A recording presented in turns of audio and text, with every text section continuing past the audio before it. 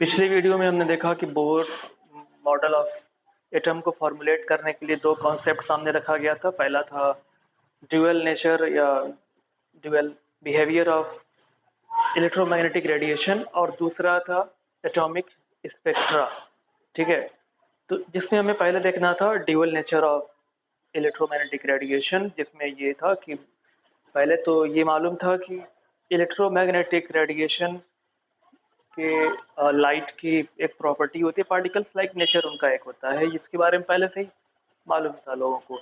लेकिन wave like nature होता है ये 19th सेंचुरी में पता चला, मतलब 1870 में bye gen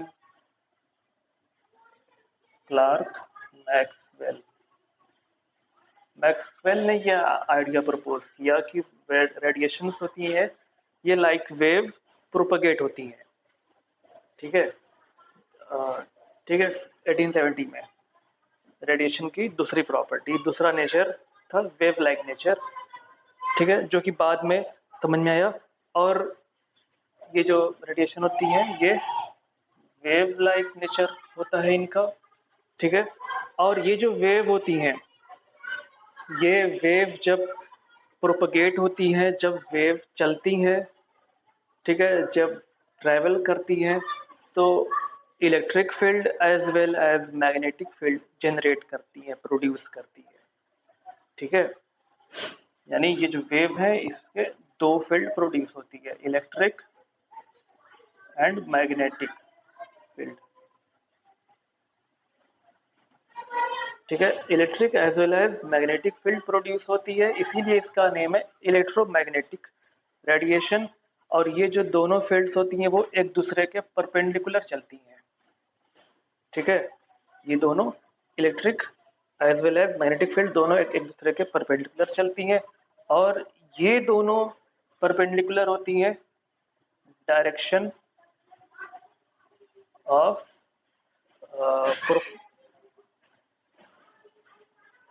propagation of wave. ठीक है, मतलब जैसे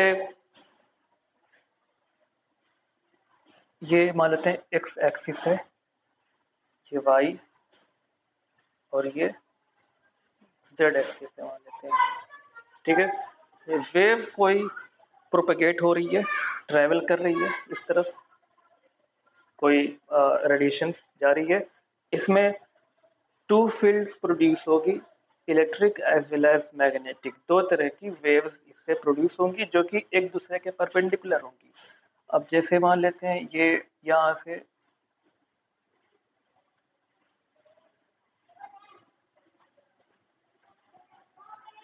ये एक फील्ड प्रोड्यूस हो रही है, मान लेते हैं ये इलेक्ट्रिक फील्ड है।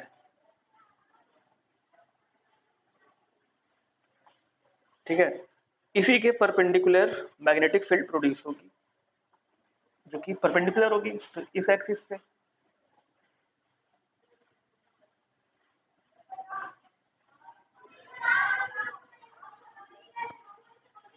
ठीक है, इस तरीके से आगे बढ़ती जाएगी।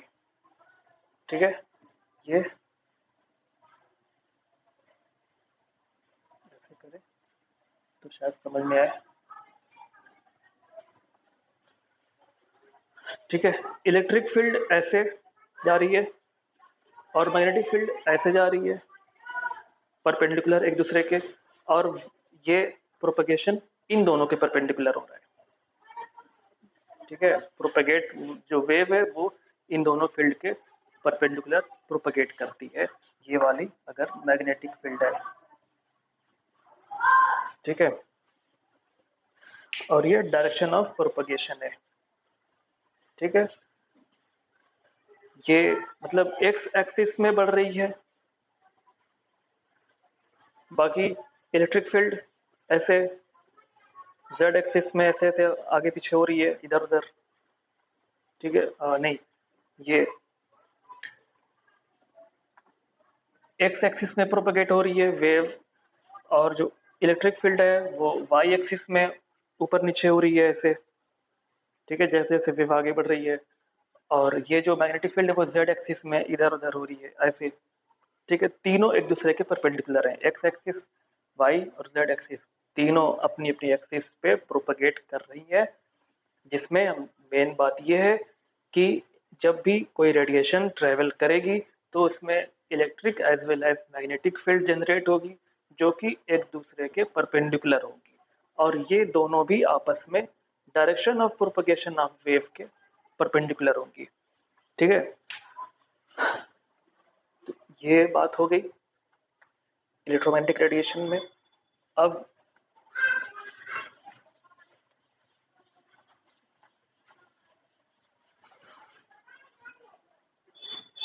ठीक है, ये तो हो गया।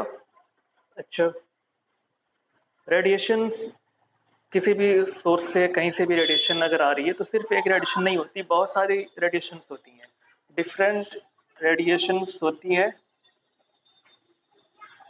जिनकी डिफरेंट वेवलेंथ होती है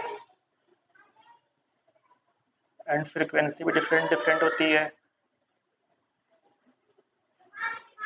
ठीक है, डिफरेंट रेडिएशन की different wavelength and different frequency हो सकती है, लेकिन स्पीड की अगर हम बात करें तो इनकी स्पीड सेम होती है, सेम मीडियम में। वैक्यूम में अगर है तो सबकी स्पीड सेम होती है। ठीक है, कि लाइट है, लाइट में हम जानते हैं कि लाइट में बहुत सारे कलर की रेडिएशंस होती हैं। ठीक है, विबग्योर मालूम है, वायलेट से लेके रेड तक होती हैं, सबकी फ्रीक्वेंसी और वेवलेंथ अलग अलग होती है, लेकिन लाइट तो सब एक साथ आती है। ठीक है, लाइट की ओवरऑल लाइट की जो स्पीड होती है वो तो स्पीड सेम होती है। ठीक है, तो कहने का मतलब कि रेडिएशन डिफरेंट हो, इनकी वेवलेंथ डिफरेंट होती है, फ्रीक्वेंसी डिफरेंट होती है, लेकिन इनकी जो स्पीड होती है वो सेम होती है। ठीक है, और ये हो गया। अच्छा, जो स्पीड होती है वो तो पता ही है, 3 × 10⁸ मीटर पर सेकंड होती है। ठीक है, ये स्पीड है। अच्छा, डिफरेंट रेडिएशन है, इन सभी रेडिएशन के कलेक्शन को बोलते हैं इलेक्ट्रोमैग्नेटिक स्पेक्ट्रम। जो सारी रेडिएशंस होती है उसको हम बोलते हैं इलेक्ट्रोमैग्नेटिक स्पेक्ट्रम। ठीक है, इलेक्ट्रोमैग्नेटिक स्पेक्ट्रम जिसमें अरेंज किया गया है, अरेंजमेंट ऑफ रेडिएशंस। ठीक है, इन ऑर्डर ऑफ फ्रीक्वेंसी या वेवलेंथ के ऑर्डर में अरेंज किया गया है, डिक्रीजिंग या इंक्रीजिंग ऑर्डर में अरेंज किया गया है अलग अलग रेडिएशंस को। तो उन्हीं को हम बोलते हैं, सारे को पूरे को कलेक्टिवली हम बोलते हैं इलेक्ट्रोमैग्नेटिक स्पेक्ट्रम, जिसमें अलग अलग टाइप्स का रीजन डिवाइड किया गया है, जिसमें हमारी विजिबल लाइट भी है। ठीक है, वो यहाँ पे है।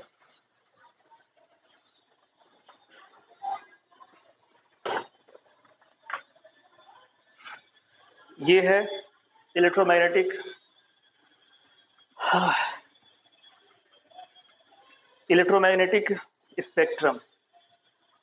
कॉस्मिक रेज से लेके ये वेवलेंथ इंक्रीजिंग ऑर्डर में, मतलब सबसे कम वेवलेंथ कॉस्मिक रेज की है, फिर ऐसे ही इंक्रीजिंग ऑर्डर में बढ़ रही है बढ़ रही है बढ़ रही है, और यहाँ तक कि लॉन्ग रेडियो वेव ये वेवलेंथ के इंक्रीजिंग ऑर्डर में है। और इधर फ्रीक्वेंसी वेवलेंथ इंक्रीज होगी तो फ्रीक्वेंसी डिक्रीज होगी, तो ये फ्रीक्वेंसी की डिक्रीजिंग ऑर्डर में है। मतलब सबसे ज्यादा फ्रीक्वेंसी होती है कॉस्मिक रेज की। ठीक है, 10⁻26 के ऑर्डर में होती है। फिर उसके बाद कम gamma rays, X rays, ultraviolet, फिर ये रीजन है विजिबल लाइट का रीजन है। फिर उसके जस्ट नीचे आता है इंफ्रारेड। ठीक है, फिर उसके बाद माइक्रोवेव, तब उसके बाद आती है रेडियो वेव, और उसके बाद है लॉन्ग रेडियो वेव। ठीक है, ये है पूरा इलेक्ट्रोमैग्नेटिक स्पेक्ट्रम, इसमें ये कॉस्मिक रेज है, ये स्पेस से जो रेज आती हैं अर्थ पे आती रहती हैं, वो है कॉस्मिक रेज, जिनकी वेवलेंथ बहुत ही कम होती है वेवलेंथ। ठीक है, लेकिन फ्रीक्वेंसी ज़्यादा होती है, वो कॉस्मिक रेज हैं। फिर उसके बाद गामा रेज है, बहुत ही ज़्यादा एनर्जेटिक होती है गामा रेज। फिर उसके बाद एक्स रेज है, ठीक है, एक्स रे का इस्तेमाल पता ही है कहाँ होता है, ज़्यादा नहीं होना चाहिए। उसके बाद अल्ट्रा वायलेट रेज है, विजिबल लाइट, जो हमारे विजिबल लाइट है, विजिबल लाइट में क्या आएगा, विब्ग्योर,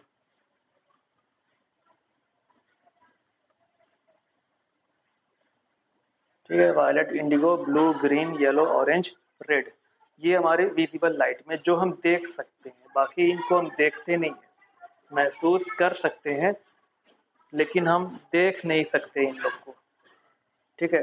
बाकी ये विजिबल लाइट है, यही हम देख पाते हैं। बाकी किसी टेक्निक से देखी जा सकती है, लेकिन जो हम नॉर्मली देखते हैं वो विजिबल लाइट है। बहुत थोड़ा सा रेंज है, छोटा सा एक रीजन है जो हम देख पाते हैं, हमारे लिए विजिबल है, बाकी विजिबल नहीं होती है। तो विजिबल लाइट से थोड़ा सा ऊपर थोड़ी सी ज़्यादा फ्रिक्वेंसी वाले होते हैं अल्ट्रावायलेट रेज, ठीक है, अल्ट्रावायलेट रेज। और फिर नीचे आएंगे तो मिलेगी इंफ्रारेड। इंफ्रारेड ये हीट करती है, हीट वेव भी कहा जाता है इसको, इंफ्रारेड को, ठीक है। अ, अ,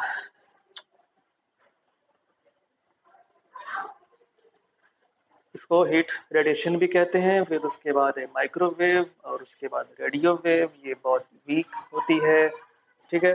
और फिर लॉन्ग रेडियो वेव, ठीक है।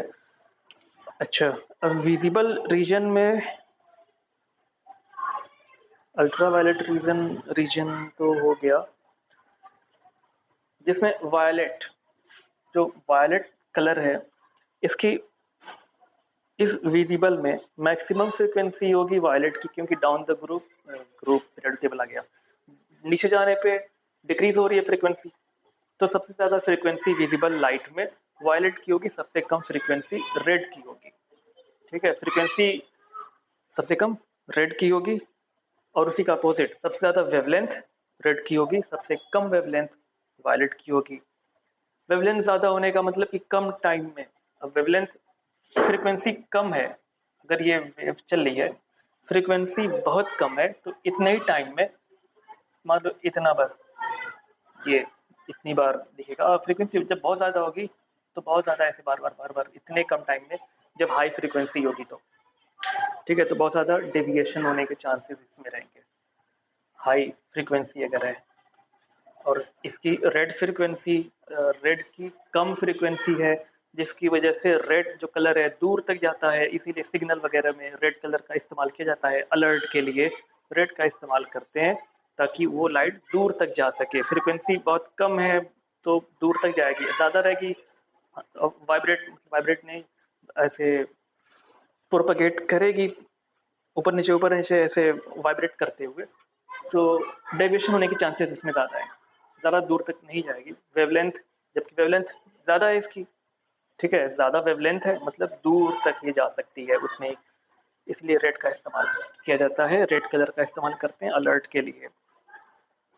और मैक्सिमम फ्रिक्वेंसी 7.5 इंटू 14 हर्ट्ज, इसकी जो फ्रिक्वेंसी है मैक्सिमम होती है, जो कि 7.4 इंटू 10 की पावर 14 हर्ट्ज होती है, ठीक है, 7.4 इंटू 10 की पावर 14 हर्ट्ज। और इसकी वेवलेंथ मतलब लैम्डा मिनिमम होती है वायलेट की, जो कि होती है 380 नैनोमीटर, 380 नैनोमीटर, ठीक है। अब इसकी बात करें तो इसकी फ्रीक्वेंसी मिनिमम होगी, ठीक है, मिनिमम होगी, मतलब 4 इंटू 10 की पावर 14 हर्ट्ज।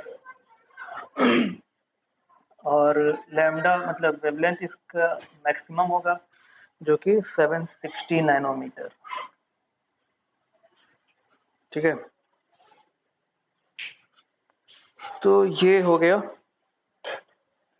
इलेक्ट्रोमैग्नेटिक रेडिएशन, हो गया। बाकी नेक्स्ट वीडियो में, कंडीशन नहीं लग रही है और वीडियो बनाने की। ओह, ये तो दिख ही नहीं रहा था, अरे यार। हम्म, हाँ